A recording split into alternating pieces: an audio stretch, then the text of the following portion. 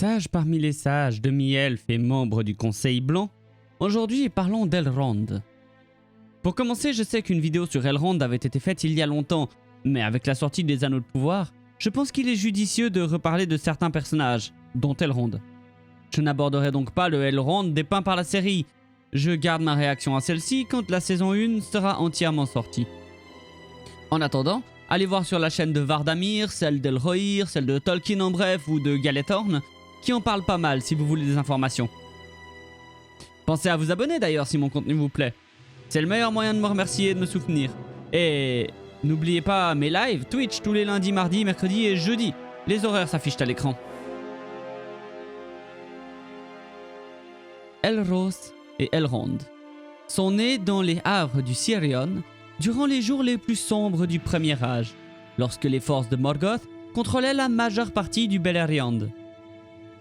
Alors que les jumeaux n'avaient que 6 ans, les fils de Fëanor, liés par leur serment, prirent les havres d'assaut car ils désiraient le Silmaril qui était enchâssé sur le Nauglamir, le collier des nains détenu par Elwing. Eärendil, père d'Elrond, était alors en mer, et Elwing s'échappa avec le Nauglamir et sauta dans la mer. Maedhros et Maglor, les seuls fils de Fëanor à survivre à l'assaut des havres, firent prisonniers Elros et Elrond et les abandonnèrent dans une grotte dont l'entrée était dissimulée par une chute d'eau au lieu de les tuer. Mais alors, Maglor prit de remords, eut pitié d'Elrond et d'Elros et les secourut, et un amour mutuel se développa par la suite entre Maglor et les jeunes jumeaux. Après la guerre de la Grande Colère, en raison de son héritage demi-elfe, les Valar donnèrent à Elrond et à son frère le choix d'être comptés parmi les elfes ou parmi les hommes. Elrond choisit d'appartir au premier-né, tandis qu'Elros choisit de devenir mortel.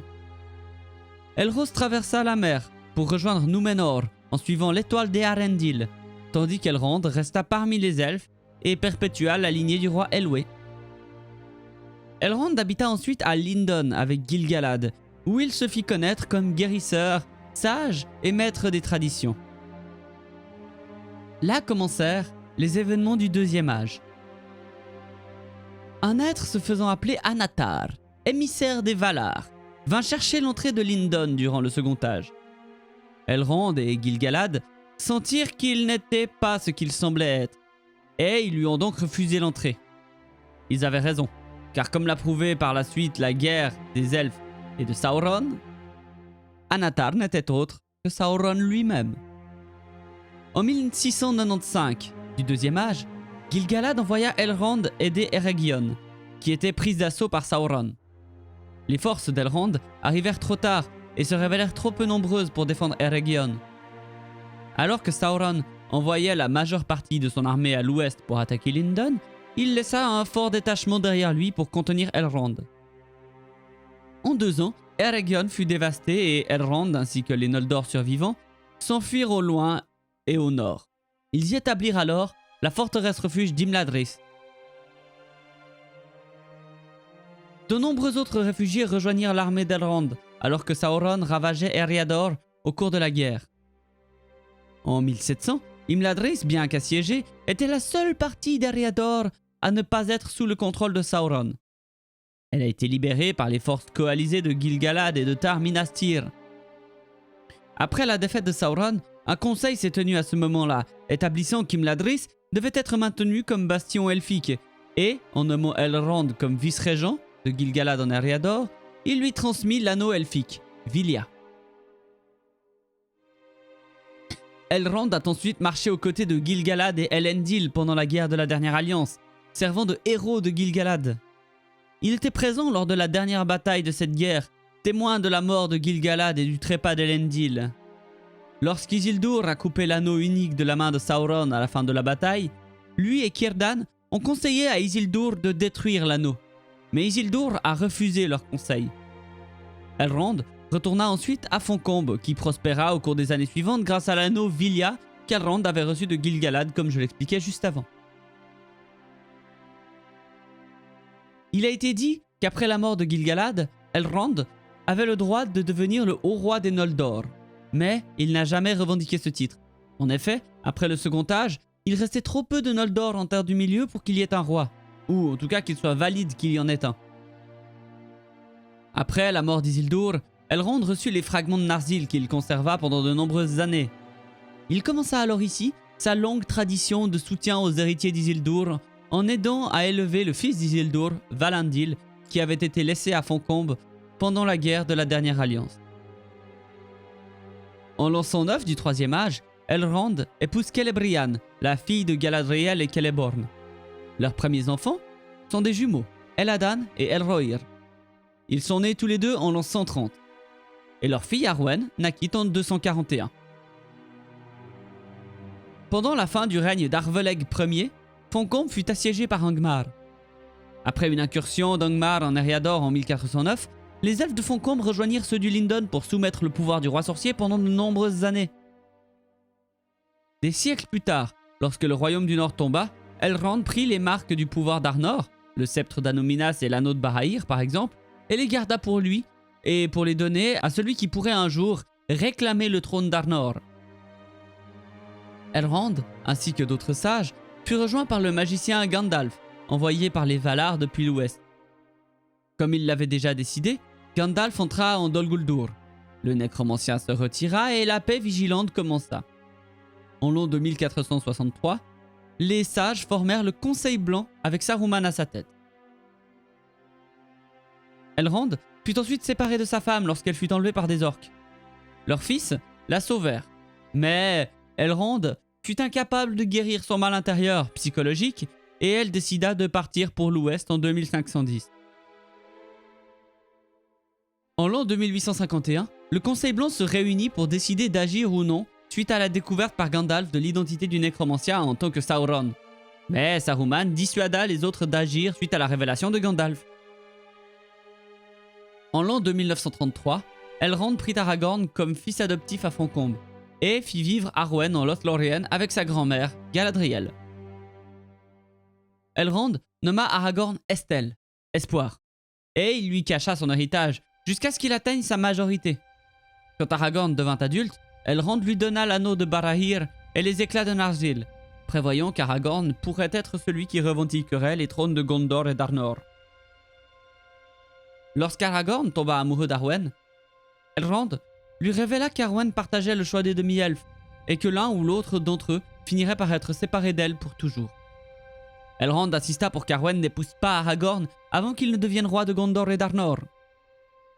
En l'an 2941, Elrond accueillit Thorin et sa compagnie dans sa maison, la dernière maison simple à l'ouest de la sauvagerie. La veille de la mi-été, la nuit avant que les nains, Bilbon et Gandalf ne poursuivent leur voyage vers l'est, Elrond examina les épées qu'ils avaient trouvées dans la grotte des trolls. Il lut les runes et révéla que l'épée de Thorin s'appelait Orcrist et que celle de Gandalf s'appelait Glamdring. Il leur dit qu'il s'agissait d'épées elfiques provenant de l'ancienne cité de Gondolin, détruite il y a longtemps. Il a ensuite regardé la carte de Thror et il y a découvert des runes lunaires.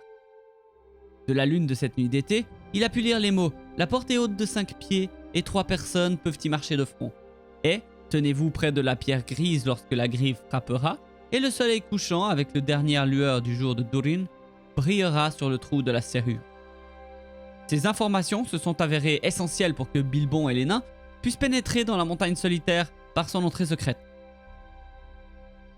Au cours de la même année, le Conseil Blanc assaillit Dol Guldur et débarrassa la forêt noire de la présence du nécromancien.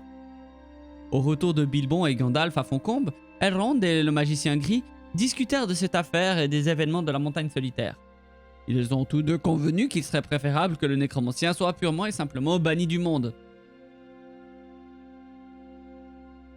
Le Conseil Blanc s'est réuni pour la dernière fois en l'an 2953, lorsque Gandalf a exprimé ses craintes que l'anneau unique soit l'anneau de Bilbon trouvé dans la caverne des gobelins. Saruman le fit taire, insistant sur le fait que l'anneau avait été emporté par le fleuve et perdu dans la Grande Mer il y a longtemps. Lorsque Frodon a quitté la comté avec l'anneau unique, il a toujours eu l'intention d'aller à Foncombe pour demander le conseil d'Elrond. En effet, dans sa lettre laissée à Abri, Gandalf lui avait conseillé de le faire. Après qu'Elrond ait guéri Frodon de la blessure qu'il avait reçue au Mont Venteux, il organisa le festin qui eut lieu lorsque Frodon fut rétabli. Elrond présida le conseil qui porta son nom. Au cours de cette réunion, il a raconté ce qu'il savait de l'histoire d'Isildur et de l'anneau. Il identifia Aragorn comme l'héritier d'Isildur, et lorsque Frodon se porta finalement volontaire pour porter l'anneau dans les flammes, Elrond confirma cette décision. Il semble même qu'Elrond aurait choisi les membres de la communauté autres que Frodon et Sam, bien qu'il n'ait accepté Merry et Pippin qu'à contre-cœur. Plus tard, Elrond envoya ses fils, Eladan et Elrohir, rejoindre les Rangers d'Únedain qui se rendirent au Rohan pour aider Aragorn, qui prirent le nom de la Compagnie Grise. Par l'intermédiaire d'Elrohir, Elrond conseilla à Aragorn de prendre les chemins des morts. Pendant le dernier débat, Elrohir soutint la décision d'Aragorn d'attaquer le Mordor comme diversion pour laisser à Frodon le temps d'atteindre la montagne du destin, disant que c'était là même le conseil d'Elrond. Après la disparition de Sauron, Aragorn fut couronné roi de nouveau du royaume réuni le 1er mai. Et selon sa propre promesse, Elrond escorta Arwen en Lothlórien. Ils arrivèrent le 20 mai et Arwen se rendit à Minas Tirith pour épouser Aragorn. Arwen se sépara de son père avec un immense chagrin. Elrond était l'un des elfes qui ont pris le vaisseau blanc pour Valinor avec Frodon, Gandalf et les autres porteurs d'anneaux. La fin du Troisième Âge est marquée par leur départ. Voilà qui conclut ce deuxième épisode sur Elrond. J'espère que malgré le fait qu'il s'agit là d'un doublon sur la chaîne, celui-ci vous aura plu. Étant d'une meilleure qualité que le premier et bien plus complet. N'hésitez pas à me soutenir sur Tipeee si vous pouvez vous le permettre ou à cliquer sur le bouton rejoindre de la chaîne, ça me ferait hyper plaisir. Prochainement, je m'attaquerai probablement à Fëanor, qui avait eu un double épisode il y a longtemps mais qui était d'une terrible qualité. Merci encore de me suivre et à très bientôt au Terre du Milieu. Ciao!